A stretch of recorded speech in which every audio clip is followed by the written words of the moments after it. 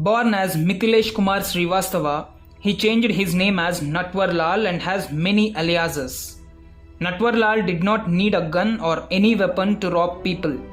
He was an expert not only disappearing from the crime scene but also from jails all over the country. By 1987, he had escaped for 10 times from prison. In interrogation, he said that as long as there were dishonest police officers, he would always find ways to escape. Natwar Lal was born in 1913 in Bangra village in the Siwan district of Bihar. His origins are unknown, while some accounts claim that he has financially low class background and some resources claim he has rich family background. Natwar Lal was a bright student, especially in maths, but he had no interest in studying and working. There are two stories surrounding Natwar Lal becoming a con man. One is, in his school days, Natwar Lal had an argument with his teacher which caught his father's attention. His father bet him left and right, so Natwar Lal left his home and never returned. The other story is, one day one of his family friends sent Natwar Lal to bank to deposit some amount. Natwar Lal copied his friend's signature and withdrew over 1000 rupees from the account. On being discovered, Natwar Lal absconded. Natwar Lal discovered his ability to forge signatures without any flaws and started robbing around.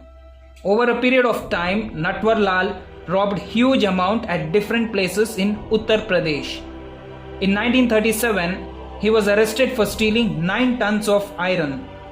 Being released from jail, he used to visit prostitutes regularly, give them tainted liquor. When they fell asleep, he robbed all their money and jewelry and escaped from the place. Soon, he found this tactic dangerous and went back to con people. Natwar Lal had a wife and a daughter who were resided in a secret place. Natwar Lal had more than 50 aliases to disguise himself and deceived hundreds of shop owners, jewelers, bankers and foreigners and escaped with lakhs of rupees. In 1950s, he swindled Punjab National Bank out of 6.5 lakh rupees in a scam involving rail freight and bags of rice.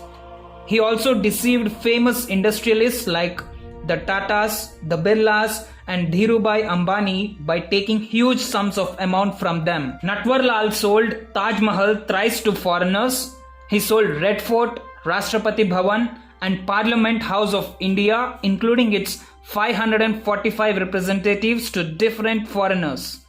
Sometimes he posed himself as a social worker and collected huge amount of money.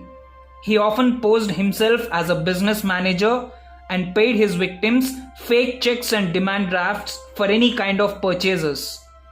The police wanted to put him behind bars, but he was always one step ahead. One day, the police imprisoned him under sections 420, 463, 467, 120B of IPC relating to criminal conspiracy and forgery, but not for a long period. In 1953, the police arrested Natwar Lal in the trial of Punjab National Bank cheating case, but he escaped from jail.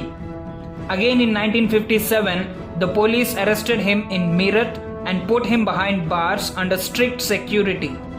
During this time, he made a close association with his companion in jail, whose name was Kapoor. Natwar Lal told Kapoor to bring gifts to the jailer Abdul Rahman Khan. Once the jailer softened, Natwar Lal offered him an amount of 5 lakh rupees on a condition that he would be allowed to escape. The jailer fell for the money. One day, Kapoor brought a bag with money and the jailer checked it. As promised, the jailer allowed Natwar Lal to escape from the jail by providing superintendent's uniform to Natwar Lal. Natwar Lal wore the uniform, casually walked out of the jail and vanished in a car waiting for him outside the jail. Excited jailer Abdul Rahman Khan opened the bag and after checking it, to his dismay, he found only the upper layer had genuine currency notes. Underneath were the scrap papers.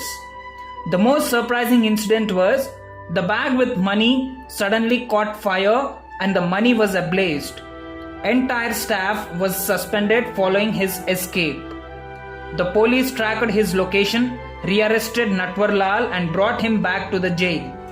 Natwar Lal was Mr. Perfect in the art of escaping. Natwar Lal's absconding from jail and police rearresting him continued for next 5 decades. He was 84 years old in 1996 when he was arrested for the last time, but he managed to escape in a railway station. Natwar Lal's death is unclear. In 1996, his brother approached the police and claimed that Natwar Lal was dead and cremated. Natwar Lal's brother requested the police to dismiss all the cases against him. But in 2009, Natwar Lal's lawyer came to the police station and informed them about the death of Natwar Lal. The police officers wondered and scratched their heads how a man who had died 13 years ago in 1996 could die again in 2009. Natwar Lal was Robin Hood-like figure in his native village. He never targeted the poor people. His target was rich and he robbed the rich people. He used to give the robbed amount to the poor people. For this, the people of Bhangra took pride of Natwar Lal and planned to erect his statue in the village. The most impressive part about the life and crimes of Natwar Lal is that how seamlessly it leaves the realm of facts and enters the sphere of myth. If you are fearless, you are called as Sher Khan. If you are manipulative, you are called as Natwar Lal. Even today, his name is used as a sobriquet. Amitabh Bachchan's 1979 film Mr. Natwar Lal and Imran Hashmi's 2014 film Raja Natwar Lal were based on Natwar Lal's life and crime stories. Please subscribe to Agnostic Vibes, press the bell icon and encourage us. Thank you.